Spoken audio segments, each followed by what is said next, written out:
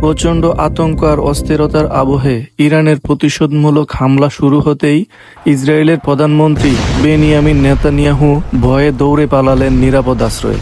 সরকারের সর্বোচ্চ নিরাপদ বেষ্টিত বাংকারে ঢুকে পড়েছেন এই ইহুদি প্রধানমন্ত্রী। সাথে রয়েছে প্রতিরক্ষামন্ত্রী ইসরায়েল কাটজ। আতঙ্ক এতটাই প্রবল যে ওই দেশের সামরিক ও রাজনৈতিক নেতৃত্বের বড় অংশই এখন সেই বাংকারের ভিতরে লুকিয়ে আছে। কয়েক মিনিট আগেই ইসরায়েলি সেনাপ্রধান জানিয়েছে, রেডসের তীরবর্তী ইলিয়ট শহরে সন্দেহজনক ড্রোন প্রবেশের কারণে সাইরেন বেজে ওঠে। ওই হামলা প্রতিহত করা গেছে বলে দাবি করেছে ইসরায়েল সেনাপ্রধান।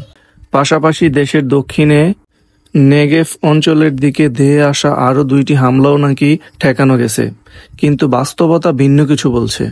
ইরানের পাল্টা আঘাত যেন নেতানিয়াহুর বুকের ভিতর ঢুকে পড়েছে।